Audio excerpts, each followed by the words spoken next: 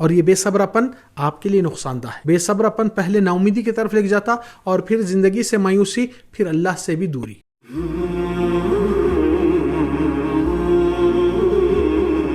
الحمدللہ والصلاة والسلام علی رسول اللہ وعلی آلہ وصحبہ ومن والہ بعد۔ السلام علیکم ورحمۃ اللہ وبرکاتہ۔ آج کے ہمارے اس بیٹھک میں انشاءاللہ 2-3 اہم چیز ہے جو زندگی میں اس کو سمجھنا ضروری ہے، اور یہ سمجھنے سے آپ کے بڑے بڑے پریشانیاں، مشکلات آسان ہو سکتی ہیں انشاءاللہ۔ پہلی چیز کہ زندگی میں آزمائش، تکلیف، پریشانی، بیماری، مشکل، یہ ایک زندگی کا ایک حصہ ہے، اور اس حصے کو آپ ایکسپٹ کر کے اس کے ساتھ مینج کرنے کی عادت ڈالو۔ ایسا نہیں کہ پرابلم اور مصیبت، پریشانی، کچھ تکلیف آئی تو اس کو ہمیشہ نیگیٹو میں لے کر اپنے آپ کو مایوس اور نا امید ڈپریشن میں جانا، یہ کوئی عقل مندی نہیں، یعنی کہ یہ ایک سنت الہی ہے، یعنی کہ اللہ تعالیٰ پہلے سے ہی آپ کو اور ہم کو بتا چکے ہیں الذی خلق الموت والحیاۃ، اللہ نے جس نے زندگی اور موت اور اس کے بیچ میں کیا ہے، لیبلوکم، تاکہ تم کو ابتلا آزماتے رہے گا، یہ امتحان کی جگہ ہے۔ تو کوئی شخص ہمیشہ آرام سے رہوں گا، سکون سے رہوں گا، یہ نہ سوچے۔ کسی کو صحت پہ آتی ہے، کسی کو مال پہ آتی ہے، کسی کو فیملی میٹر، شوہر بیوی کے جھگڑے، اولاد کی نافرمانیاں، اور گھروں میں ساس بہو کے جھگڑے، نہ جانے لوگوں کے حسد، اور کتنے کتنے امور کے پریشانیوں میں انسان حادثات کے شکار، بہت سی چیزیں ہوتے ہیں۔ مگر معاملہ ایسا نہیں، معاملہ ایسا ہونا چاہیے کہ جو حصہ آپ کو خیر کا بھی اللہ تعالیٰ نے مقرر کیا، اسی طریقے سے آزمائش کی بھی چیز مقرر ہے۔ مگر ہر آزمائش بری نہیں ہوتی، کئی آزمائشاں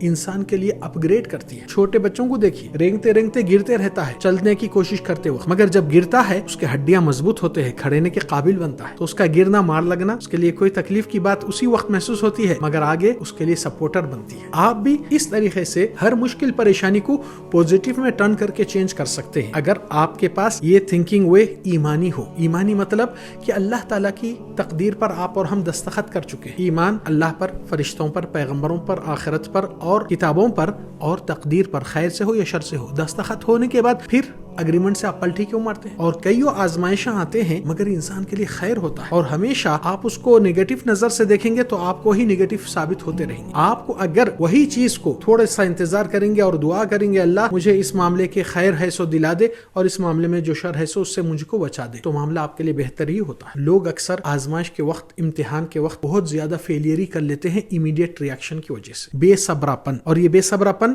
آپ کے لیے نقصان دہ ہے۔ کیوں؟ بے صبراپن پہلے نا امیدی کی طرف لے جاتا اور پھر زندگی سے مایوسی، پھر اللہ سے بھی دوری، تو زندگی کے مسئلے کمپلیکیٹڈ ہوتے ہیں، نہ کہ سولوشن پہ جاتے ہیں۔ تو آپ کو ایک چھوٹا سا میں مثال دیتا ہوں جو واقعی حقیقت میں وہ چیز ہوتی ہے مگر آپ کے لیے بہتری ثابت ہو جاتی ہے۔ زندگی میں کتنے لوگ دنیا میں کئی ٹھوکر کھا کر، کئی آزمائش آنے کے بعد ان کو پتا چلا دنیا کی حقیقت اور لوگوں کی سچائی، کون اپنا دوست ہے اور کون اپنا وفادار دوست ہے، کون اپنا صرف مطلب کا دوست ہے اور کون اپنا سچا دوست ہے۔ اس میں بھی فرق کرنے میں، بولتے نا آزمائش آئی تو بہت سی چیزیں کھول کر لاتی ہے۔ تو کہنے کا مقصد، ہر وہ قسم کی آزمائش اور تکلیف آتی ہے تو اس کو برا مت مانیے، اس کے اندر کچھ خیر بھی ہوتا ہے۔ مگر افسوس کی بات ہے کہ جب زندگی میں آپ اور ہم اپنے آپ کو بڑے معتبر شان والے بنا کر فیصلے جج کرتے ہیں لوگوں کے اوپر، یہ بہت خطرناک کھیل ہے، اس سے اپنے آپ کو بچانا چاہیے۔ وہ کیا ہے؟ وہ یہ ہے کہ آپ کے اگر دل کے عزیز اور قریب اور بہت محسن انسان آپ کے ساتھ زندگی گزارتا ہے تو اس کو کچھ تکلیف، آزمائش ہوئی، ایکسیڈنٹ ہوا، تو آپ کیا بولتے ہیں؟ اللہ تعالیٰ نیک لوگوں کو آزماتا، دیکھو بیچارے کیسے گزرے، ان کے لیے دعا کرتے ہیں۔ وہی حادثہ آپ کے ایک شخص جس سے آپ کی دشمنی یا نفرت ہے، تو آپ کیا کہتے ہیں؟ جیسا کرنا ہے ویسا بھریں گے یہ لوگ، معاملہ ایک ہی تھا۔ مگر آپ جج کرنے والے اپنے آپ کو بٹھا کر اس طریقے سے کرنا غلط بات ہے، کیونکہ نبی صلی اللہ علیہ وسلم فرمایا کہ آپ کسی آزمائش یا مبتلا شخص ہوتا ہے تو آپ اس کے بلا کو دیکھ کر آپ اپنے حق میں دعا کیجیے، الحمدللہ الذی خلقنا فسوانا وعافانا مما ابتلاک بہ وفضلنا علی کثیر ممن خلق تفضیلا۔ رسول اللہ صلی اللہ علیہ وسلم فرمایا کہ اگر آپ کسی شخص کو کسی ابتلا میں، آزمائش میں، کسی حادثے میں، پریشانی میں دیکھتے ہیں تو دعا کریے، اللہ تعالیٰ کا حمد اور بیان بڑائی کیجیے کہ اللہ نے جس نے اس کو اس آزمائش میں ڈالا اور مجھے ویسی آزمائش سے بچا کر حفاظت میں رکھا ہے۔ اللہ کی نعمت کی قدر کرو، شکر گزار بنو، نہ کہ لوگوں کے اوپر تانے دینا، کل کے دن ان کو گرانا، ان کو چڑھانا۔ آپ جج کرنے والے نہیں ہیں، کس کے دل میں کتنا تقویٰ، کتنا ایمان، کسی کو پتا نہیں، مگر آزمائش ایک سنت ہے، زندگی میں چلتے رہیں گی۔ اللہ تعالیٰ سورہ کہف میں بھی یہی بات فرمائے، انا جعلنا ما علی الارض زینۃ لها لنبلوہم۔ ہم نے زمین پر ساری چیزوں کو زینت بخشے ہیں. گھروں کو دیکھیے, بنگلوں کو دیکھیے, گاڑیوں کو دیکھیے, لوگوں کے کپڑوں کو دیکھیے, کھانے پکوان میں, شاہی پکوانوں میں دیکھیے, اور نہ جانے کتنے چیزوں میں. آپ ہر چیز میں لگژری لائف بول کر لوگ جو لیتے ہیں. اللہ تعالیٰ فرمائے ہم نے دنیا کو زینت بخش کیا ہے. کیوں؟ لنبلوہم, تاکہ ہم ان کو آزمائیں گے. کون شکر گزار بنتا ہے اور کون گھمنڈ کر کے اپنی اونچائی دکھاتا ہے لوگوں کو. اسی طریقے سے اللہ تعالیٰ سورہ بقرہ میں بھی یہی فرمائے وَلَنَبْلُوَنَّكُمْ, بے شک ہم نے تم کو آزماتے رہیں گے. بِشَيْءٍ, کیسے حالات سے؟ من الخوف والجوع ونقص من الاموال والانفس والثمرات, مال اور جان کی کمی پیشی سے. اور انسان کے کاروبار کے رزلٹ یاد ہے تو کھیت کی فصل نکلنے سے ایکسپیکٹ کرتے پھول اتنا آ جائیں گا, وہ نہیں آتا. وَبَشِّرِ الصَّابِرِينَ, مگر یہ ابتلا آزمائش کے درمیان ان کو خوشخبری سنا دو جو اللہ سے صبر کا پیمانہ لے کر اچھا امید اللہ سے بھروسہ کرتے ہیں اور خیر کی امید رکھتے ہیں. الذین اذا اصابتهم مصیبہ قالوا انا للہ وانا الیہ راجعون, جب مصیبت آتی ہے تو لوگ اپنے آپ کو یاد دلاتے ہیں we belong to Allah and to him we will return, ہم اللہ کی طرف سے آئے اور اس کے پاس جائیں گے.